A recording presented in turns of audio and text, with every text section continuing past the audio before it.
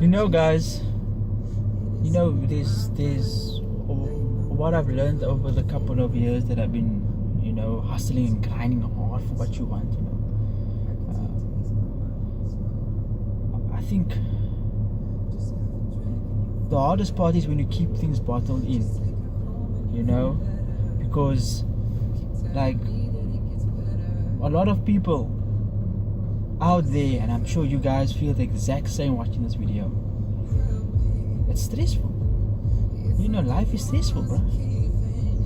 I remember I was sitting at home one evening, and I told no one this before. I'm just telling you guys this right now.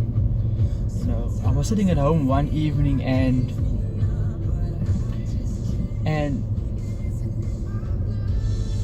I had no money, bro. I think I was like 20, 19, 20 years old, before my 21st. Yes, because I met Riyadh when I was 20, 21. That same year. Started working with Riyadh January 2013. Been 4 years with him now. Plus minus 4 5 years. And anyway, so I remember one evening I was gymming that time already, but I was in love with training, because what training did for me and for many other my friends who are also trainers, it's confidence in yourself. Remember, at the end of the day, the person that you are is the person, or the person you want to become is from within, not what other people perceive you to be. Other people's perception of you is nothing. They fight in their own battles. At the end of the day, they fight in their own battles in terms of whatever it is that they must go through in their life. And everyone is fighting their own battle. So don't think for once that people actually give a damn about you, because they don't.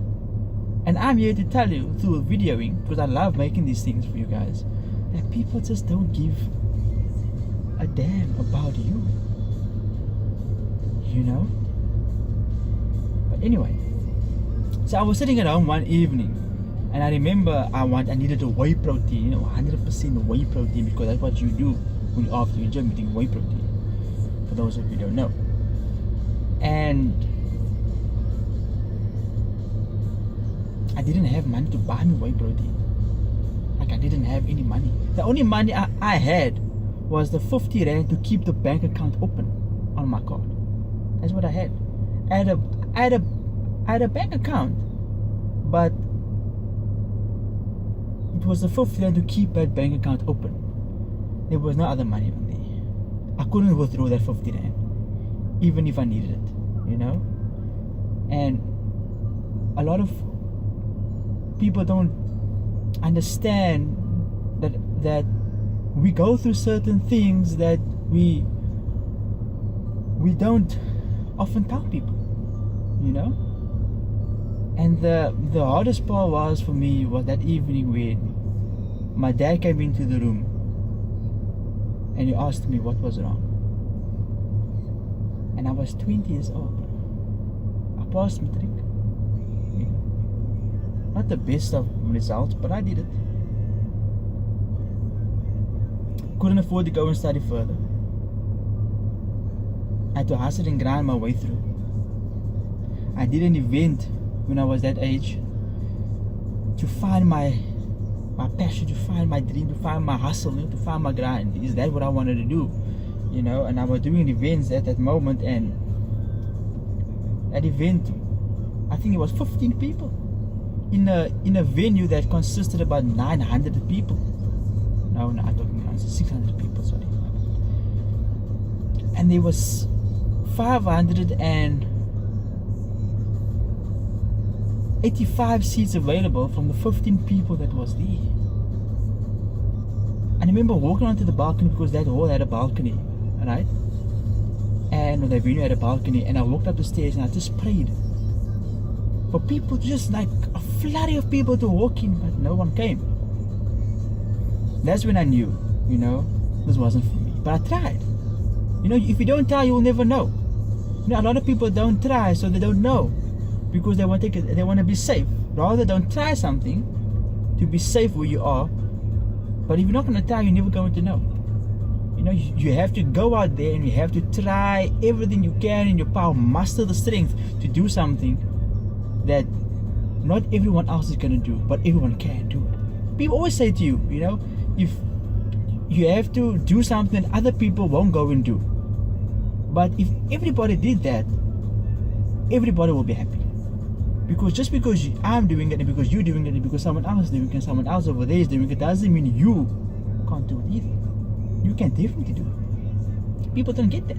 People don't understand that you can definitely do something that is dreamable.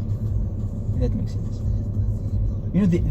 People always say that there is a difference between reality and dreams, right?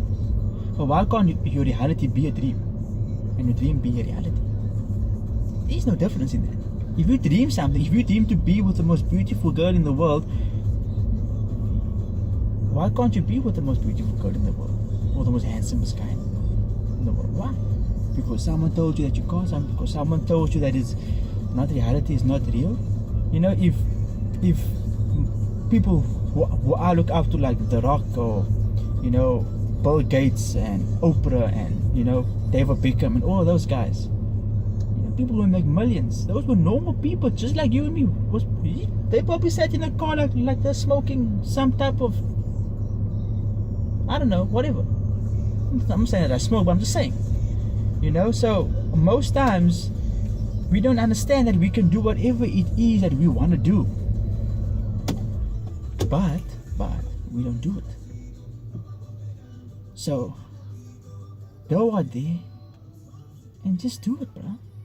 Because if you're not going to do it, you're never going to know. If you want to be this, if you want to be that, I don't know what you want to be, but whatever it is that you want to be, just be it, man.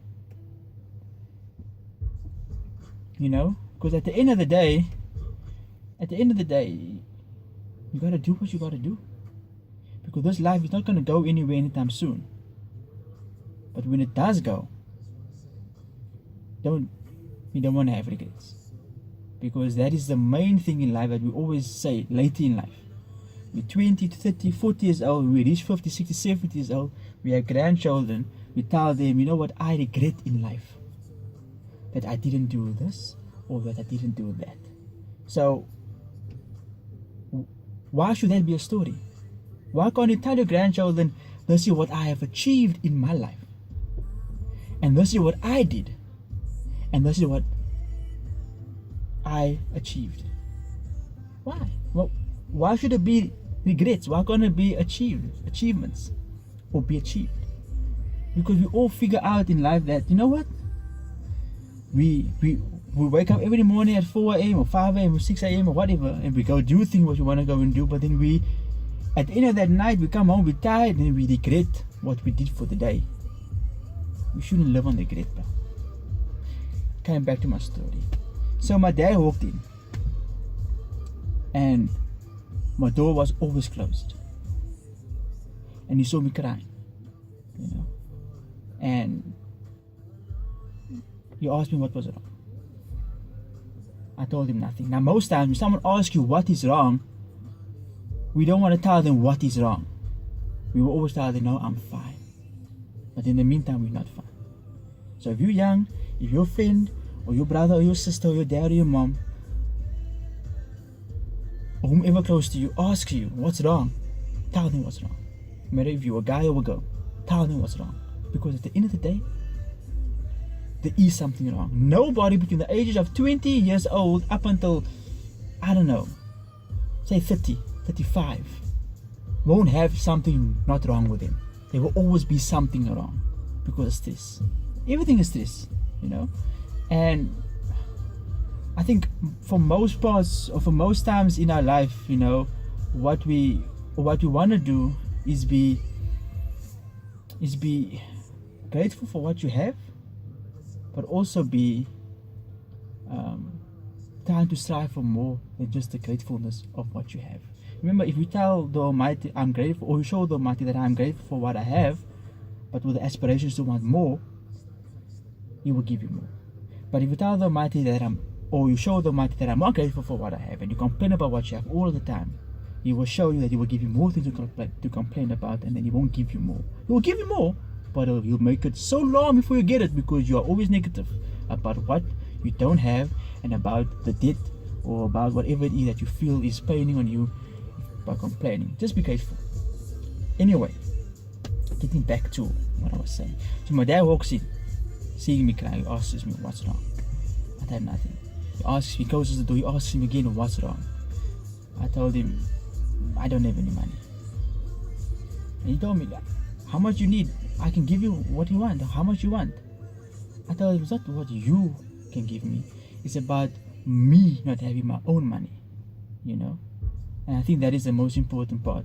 Is to be able to, for me, it was not because my dad could give me what I wanted, even though he hardly also had at that time, but because I needed to make my own money. And I wasn't gonna go and do things that was just because I'm doing it. Because if I had to go work at a retail store and I had no degree, for the rest of my life I wasn't going to work. So, but eventually, like, things got better, you know. Long before that, I think 2 or 3 years later only, when I met with Riyadh, you know, it got better. But other than that, it was tough. But anyway, so we went to go buy me my whey protein, a small tub. I think it was $1.15. It was cheap. That's all I could afford, or what he could afford for me. But what I'm trying to say is that at the end of the day, you have to be grateful for what you have. And yes, you know, the Almighty wants you to tear up and cry a little bit and feel pain, because He can give you more so that you are, so you can feel closer to Him. Like, you know what, you're coming to me.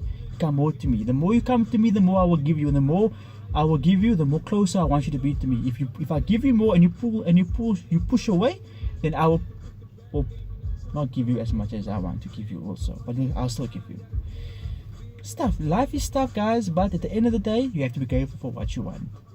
And I will do more of these. If you like it, let me know. So let me end off with this beautiful song. I don't know what you heard about me. Hey, get $1 out of me. Oh, no Cadillac, no birds you can't see. And I'm on my phone. Hey, I don't know what you heard about me. But if you can't get $1 out of me. Oh yeah. Little mama, show me how you moving. Yeah, put your back into it. Do your thing like it ain't to it. Shake that ass, girl. Little mama, show me how you moving. Go ahead, put your back into it. Do your thing like it ain't to it. Shake that ass.